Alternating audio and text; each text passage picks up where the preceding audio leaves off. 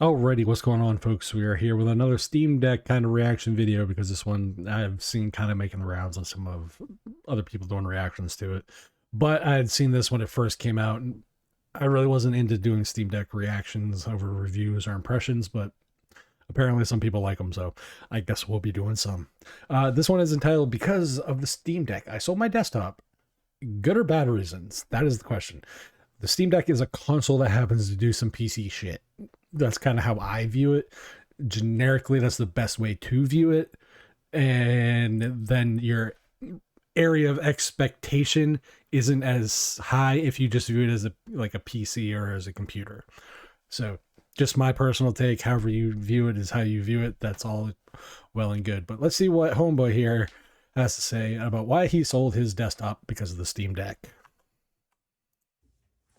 Hey, what's up, folks? I'm now 2.5 months into owning a Steam Deck, and it hasn't been my exclusive only device over this time. I've played some PS5, I played a couple of games on Switch and finished them, and then I came back to the Steam Deck after I think about 2.5 or 3 weeks of just having it completely powered down, and I didn't use it. And when I came back to it, it felt like a brand new device again, mostly because I was trying to find something to play. And as I was going through my backlog and then I looked at the Steam store and stuff and I tried to find something to play, I was like, man, do I go back to my Switch? The backlog, the catalog of shame, the wall of shame as a stack of shame for some of us, if we do physical, definitely get that statement. Steam Deck will definitely help battle that. Trust me. I know I've gone through some games that I never thought I would actually play. Like I went through and played The Quiet Man, which is like universally panned as a horrible game. It's like a meh game, cool concept, just kind of flawed execution. So definitely understand the backlog. This is like taking all this time and the screen's not as nice as the OLED Switch screen. I could play my PS5. Man, I don't want to be bootstrapped to my office. Like all this stuff came up, and then I finally found a game I was super happy with. It's Dungeon something Dungeon Part 2. One More Dungeon 2. This game's a lot of fun. I've really been enjoying it. It got me sucked back into the Steam Deck. And that's why I'm making this video. I've realized that there's really 4 reasons why the Steam Deck has been such an amazing device for me. And this probably applies to you. So one thing I do want to mention is the fact that he does say why it's been such a fantastic device for him. That's the key. So we'll see if he gives the reasons as fact or reasons for why for him this works for what he does. Maybe 1 or 2 or 3 or 4 points will apply to you, in which case I'd love to hear your feedback. So here's the big thing though. I sold my desktop. I had a nice desktop PC with a 2070 Ti Super. No, yeah, 2070 Super in it. It was a really nice video card. And I'm in my office all day, right? So in my office with that thing roaring, even when I'm just working, I didn't realize how annoying it was until I turned it off one day and fired up my laptop, which is dead silent. It's a MacBook. And I was like, man, it's actually kind of peaceful in here. My goodness, like my office is nice. And anyhow, then, to get rid of that and then come back to my deck, it's like, I don't miss my desktop at all. Like games look better when you have a 2070 Super, but man, this is totally good enough for this small screen. And then I docked it using just some silly USB-C dongle thing that I've had for years. I docked it to a 27-inch 1440p display. Looked great. I upped the resolution. The frame rate came down, of course, but it still looked really good. And I realized that there's 4 reasons why the Steam Deck has been a really good device for me. So the first one is mobility, and I kind of already talked about that. I'm in my office about 7 to 9 hours a day. Like I take one break out of my office, it's to go to the gym. Like sometimes, I'll take the kids to school or something like that, but for the most part, I'm stuck in here for long periods of time consistently. And unless I gotta pee or something. And the something, by the way, is pooping. So anyway, it's my own little corner of the house, which is nice, right? I can decorate it the way I want and I can make it mine. I've got my tech in here. I've got a nice TV for if I want to watch a nice movie or something. But for the most part, like it's just tiring to be in the same room all day long. That's just the way I roll. So to his point, I totally understand because this particular area I'm recording in 7 to 10 hours a day in here. And I get it. it's annoying. You know, I have a I have a desktop sitting right here that I'm doing this video on currently, and that's a Ryzen 2700X and a 3060 Ti. And yeah, they're loud, they're obnoxious, they're annoying.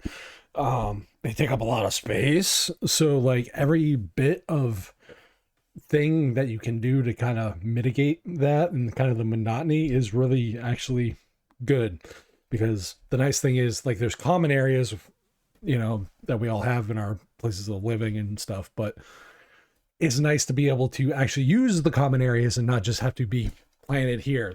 That's one of the things, like that's why the deck gets compared to the Switch, because it gives you that mobility. So I definitely understand that. But with the deck, I can go anywhere, right? Like I can go in my backyard, I can go into a different room in the house, I can go in the family room, I can be in the kitchen, just sit on the kitchen table and, you know, be around the family. And it's one thing to say like I'm gonna play some intense shooter while my kid's trying to tell me about her day. Like that's ridiculous, right? Spend time with your kid. But if you know the kids are getting their TV time or their tech time, I can have tech time with them, and that's really a lot of fun. I enjoy that. The second reason is convenience. And the number one thing you just observed, that's the pause and resume functionality. Like that is an absolute game changer for PC games. Unless you're playing an online game, right, it requires a consistent online connection, you can pause any game at any time, right? So if I hear one of my kids crying or screaming, or like my son's trying to find his Spider-Man toys, all I have to do is hit the power button and just set the darn thing down. And I'm off, go help my kid with whatever he or she needs, and then come back and bam, turn it right back on. And within seconds, I'm back into the game. That is an absolute game changer. And I hope that somehow this gets better. So to the point of the, not quite instant resume, but close enough. This puts a feature that consoles have had for probably since the PS4. I know the PS3 and 360 kind of had it, but not really. Is this instant resume kind of feature where it just turn it back on and it goes. It's the same thing that, you know, this is another thing where it'll get compared to the Switch, but if you look at consoles across the board, they've kind of had this anyway, at least for the last couple of gens, at least for the last gen Xbox and PS4 and PS5. This is a great feature because you can just put it down into basically a low powered state and it's fine. Whereas the way PC gaming has generically worked is, yeah, you can put stuff to sleep. Hope it works when you turn it back on, because suspend, resume, doesn't matter if it's Linux, Windows, or Mac. It doesn't always work, especially if you leave something like a game running. Alt tabbing out of a game, always a bad idea usually. So, you know, you get the pauses and all the other dumb crap that goes on when it comes to PC gaming. This is literally power on, power off, go back to gaming. Go away from gaming, get back to gaming. That is a game changer for people who are used to kind of the nonsense of PC gaming and just kind of sitting in one spot and not being able to, yeah, give me, you know, it's always the give me 5 more minutes, mom kind of deal. And it does change that mentality quite a bit. Maybe I could have one day with Steam Deck 2 or Steam Deck OS version 20. I could have multiple games in this like suspended state without really affecting performance. That would be really cool, because sometimes I just want to take a break from one game and go play another, and I don't want to have to restart that first game. So just something to think about, Valve. You're definitely not watching this. The third reason is comfort. So that has more to do with the actual, like how PC gaming just generally takes every bit of resource. You know, I know on the Xbox, like on the Xbox Series X, through suspend resume is actually really, really good. I can't speak for the PS5 because I have no reason to buy a PS5, honestly. The reason I bought the Xbox Series X, backwards compatibility for the physical stuff that, you know, sitting back there somewhere. So I get it. It's a nice feature to have, like the multi-game bounce back and forth, you know, alt tab kind of deal. I think that'll come when better hardware is available. Like, I'm not saying the Steam Deck has bad hardware. I'm just saying, like, this is a Gen 1 product, and that's the best way. And I don't mean that in a slight kind of way. I just mean that certain things that we would expect now we didn't get in prior gens of like consoles. We didn't get a lot of the suspend resume kind of stuff on like the PS3 and that kind of stuff. We get it now though. It took a gen or two for it to actually happen. That's all I mean. Comfort. I spent a ton of money over the years, I'm sure you have too, on everything it takes to be comfortable in the office, right? Gaming chairs or racing chairs or office chairs. I've tried them all. Keyboards, mice, monitors, desks. Like I have tried everything just to be comfortable in here.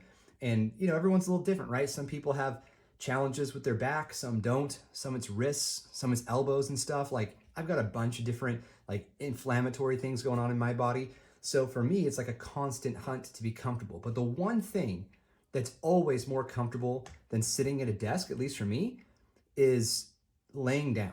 I'm going to lay on my stomach or lay on my back or do a little bit of both, rotate a little bit, lay on the couch, lay on my bed.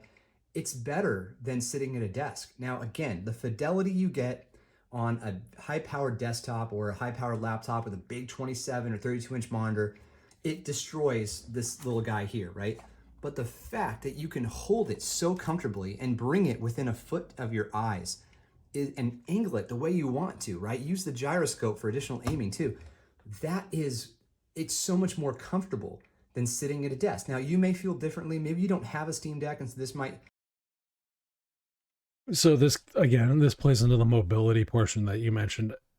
The overall ergonomics, though, of the actual device do make it actually a whole lot better than, say, the Switch. This is where I think the Steam Deck trounces the Switch. I don't have my Switch out right now, but like, anybody who doubts that I have a Switch, those are all Switch games, by the way.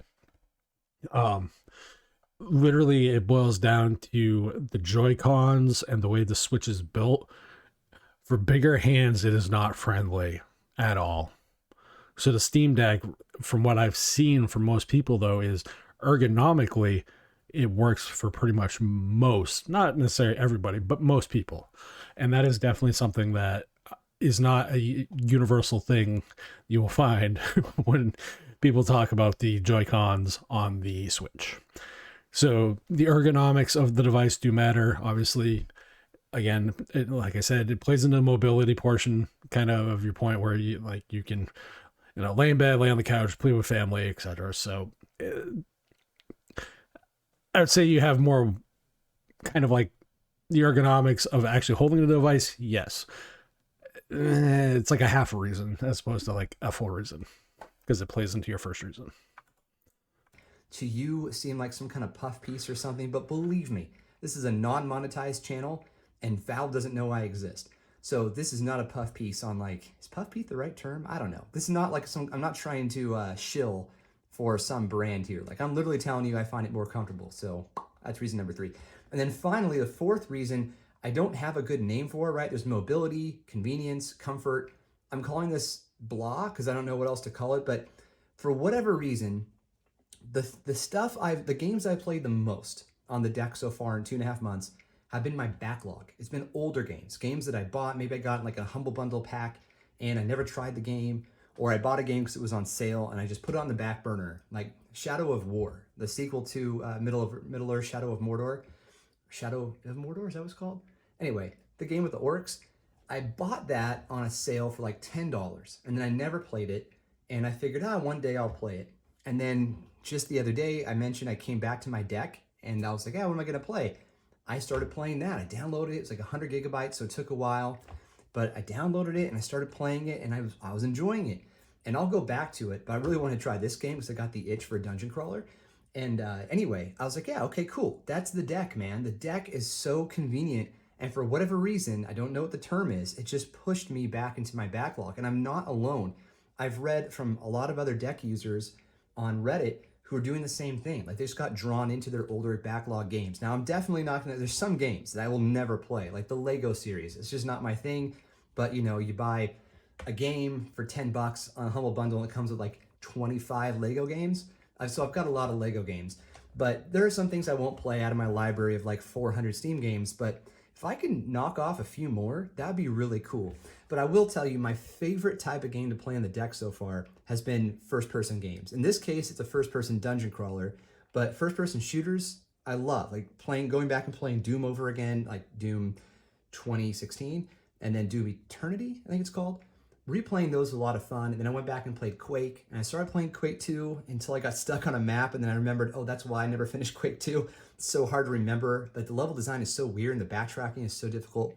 Anyway, I just want to get this out there that those are the 4 things that have really made me not regret selling my desktop. Like, totally moving on from, high-powered desktop gaming. It's been a blast. I don't regret it at all. And if you're in the same position, I'd love to hear about it. If you aren't using your desktop now because you have this, let's talk about it. It's super cool. I mean, I think it's super cool because it's what I'm doing. So naturally, I think it's the best. But anyway, let me know what you think. I just think it's really cool that we have this option now. And you get battery life of like 2.5 to 3 hours on demanding games. If you do your settings right, it's super cool. And honestly, I'm loving the tinkering too. That's a lot of fun. But I covered that in my last video. So anyhow, that's my next video on the Steam Deck. Hope you liked it. Catch you on the next one. All right. So overall, I have no real gripes with his reasons.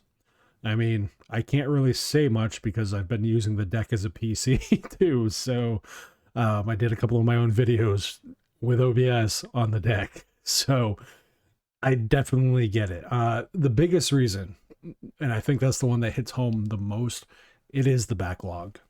Like I said earlier, I played The Quiet Man, which is not a good game and not a bad. Like it's got like a 28 on Metacritic. It's the worst game of 2018 kind of stuff. I would have never played that on my 2700X 3060 Ti system, because I have other stuff that I want to go mess around with as opposed to that particular game. So the fact that I was playing it on the deck was just like, oh, okay, cool, whatever. There's been other games that I've played that I didn't really have much interest in playing until I actually played them on the deck. Excel World versus SAO. Really weird game. It's a mashup of the creators' 2 worlds that he has.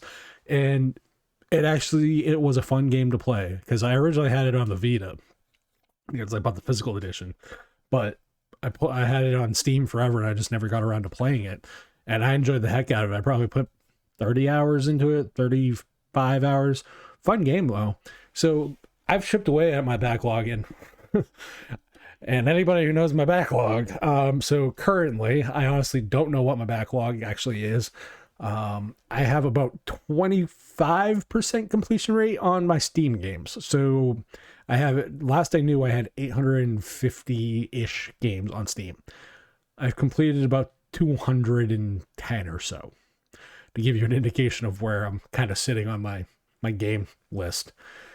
So the Steam Deck, by knocking off some of these more like kind of quick games, like Quiet Man was like 3 hours. So it's not a long game.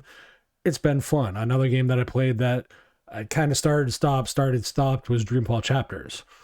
So being able to kind of chip away at some of these other games, and in certain ways, those kind of episodic games like Dreamfall Chapters or The Council or the Telltale games or any of those kind of games really are meant for the Steam Deck kind of structure and system. So Steam Deck is like, I can see why people would sell a desktop, because maybe what you're looking for in gaming has changed. Maybe you don't need to be in the office, or you have kids or whatever. Maybe that mobility is far more important. So I definitely can understand that. I can also understand chipping away at the backlog and not being in the office. So for me, could I personally just say screw it and just use the deck as my primary gaming console? I could probably do it, but I would also like to play some of those other games that are on that high end, because the one thing personally for me, the reason I like the deck is the same reason I like PC gaming. You determine the experience. And that's the whole thing about the deck. You determine the experience. You want higher graphic settings and all the other stuff? Okay, it's going to cost you battery life or frames. Make your trade-offs. And that's what I like about PC gaming. You determine it. So The deck is, to me, a console that has PC DNA in a consoleized form that is digestible for most end consumers. And if this is a console for a person to buy, it is totally worth buying for them if you are viewing it in that console lens, because you can totally ignore the desktop mode and all the other stuff that goes with it. So again, I got no real gripes with this guy's reasons. What about you guys? What are some of your reasons? You might have sold your Steam Deck, might have sold another system for the Steam Deck, or whatever. So you got a PS5 and got rid of your desktop for gaming. What systems have you guys gotten rid of for another system? Comment down below, let me know, and I will catch you guys on the next one. Peace.